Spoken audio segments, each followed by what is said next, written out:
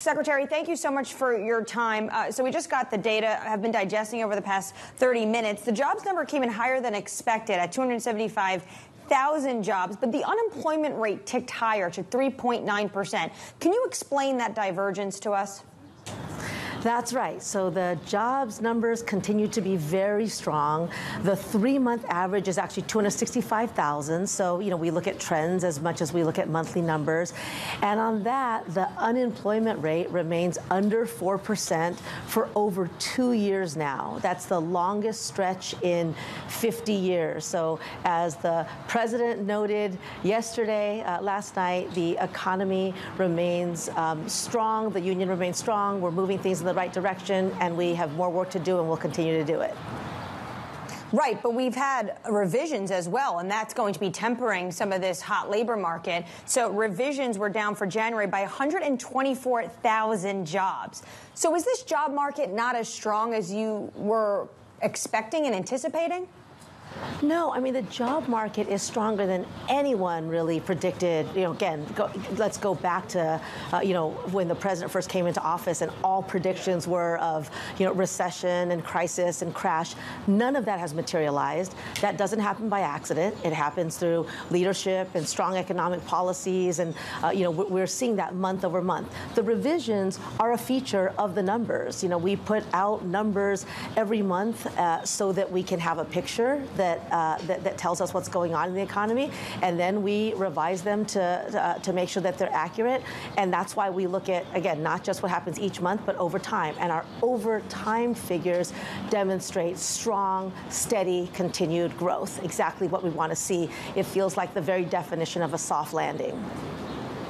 Well, when you look at the manufacturing space, this report, we have manufacturing jobs coming in at negative 4,000, computer electronics and manufacturing coming in at negative 1,700, and semiconductors negative 700.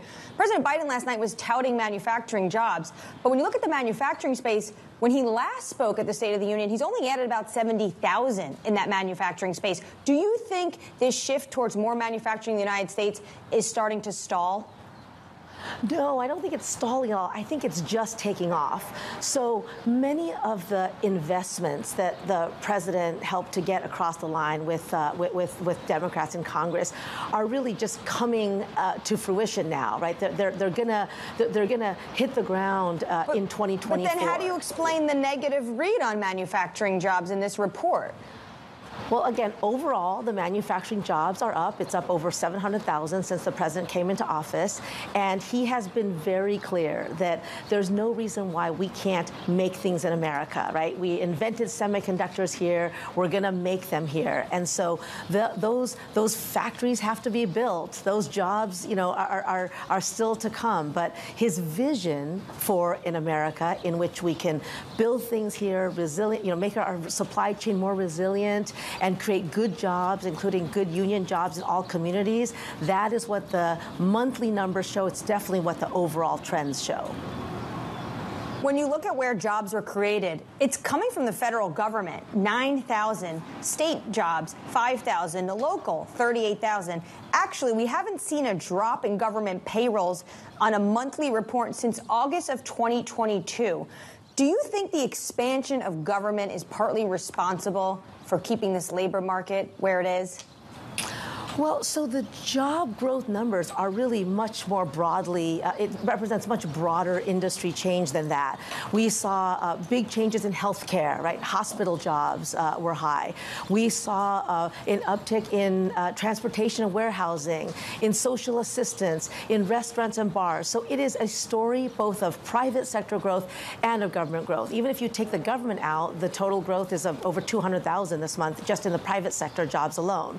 So it is broad-based recovery, which is, again, further sign of its strength. It isn't just one industry that's been driving this. Well, we also saw in this report wage growth was cooler than expected. That's when it came in. And obviously, we do know that even though there are some gains in the labor market, inflation continues to dog American consumers. This is something that Americans continue to say, that this is something that continues to eat into their household gains, their discretionary spending. How concerned are you about this cooling of wage growth? So this is work that continues, right? Controlling for prices. Again, inflation has been cut by something like 2/3, and we want Americans to, be able to obviously get some of that breathing room the president talks about. Now, some of that is about making sure that real wages are going up. More wages in workers' pockets is always going to be a good thing. And so, again, the average overall annual wage increase is still it's a little over 4%.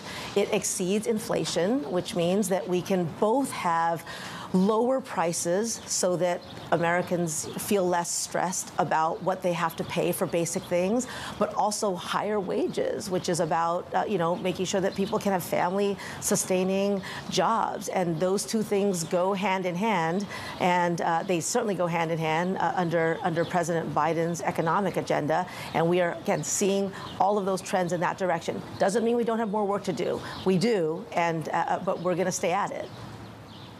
So you think this cooling was potentially just a monthly blip? Well, I don't know. I wouldn't call it cooling. I think that, again, you look at overall the numbers, 275,000 jobs created. Unemployment rate remains at under 4%. We are continuing to see real wage growth. Now, the inflation numbers for this month have not come out yet, but all of those paint a picture of an economy that has recovered from the depths of the pandemic, in which almost 15 million jobs created since the president came into office. And I think, it's really just a good news story all around, and the historic investments that the president has made possible, right? He has a vision for this country.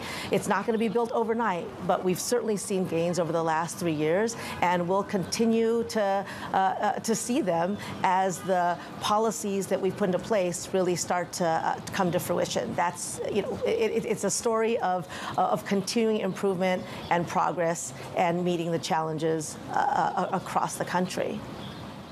I just want to ask you about something that happened at the U.S. Bureau of Labor Statistics. An email that was sent out to quote-unquote super users about a measure of rental inflation was a mistake, according to the Bureau. Why are some people getting emails about inflation and others are not? So we put out these numbers broadly. There's no reason not to share them, and I'm here to talk about them for that reason too. If I know what you're talking about, I think there was a response to certain questions that have been asked, but we certainly don't have a pool of super users who get this information that other people do not. Our entire purpose here is to tell the story of the labor market, tell the story of the American economy, and especially when it's such a good story, we have no reason not to share it as broadly as we can. But do you think this raises any questions of transparency? No, and we certainly would not want it. Our goal is to be transparent. Again, we collect this information for no other reason than so that we can understand what is happening in American households, what the job situation is, what jobs are being created. These Bureau of Labor Statistics numbers drive economic policy for a reason, right? They're strong, reliable. It's the broadest survey that exists, and again, we want, we work for transparency. We want people to know what is going on in the economy, and we think it's important.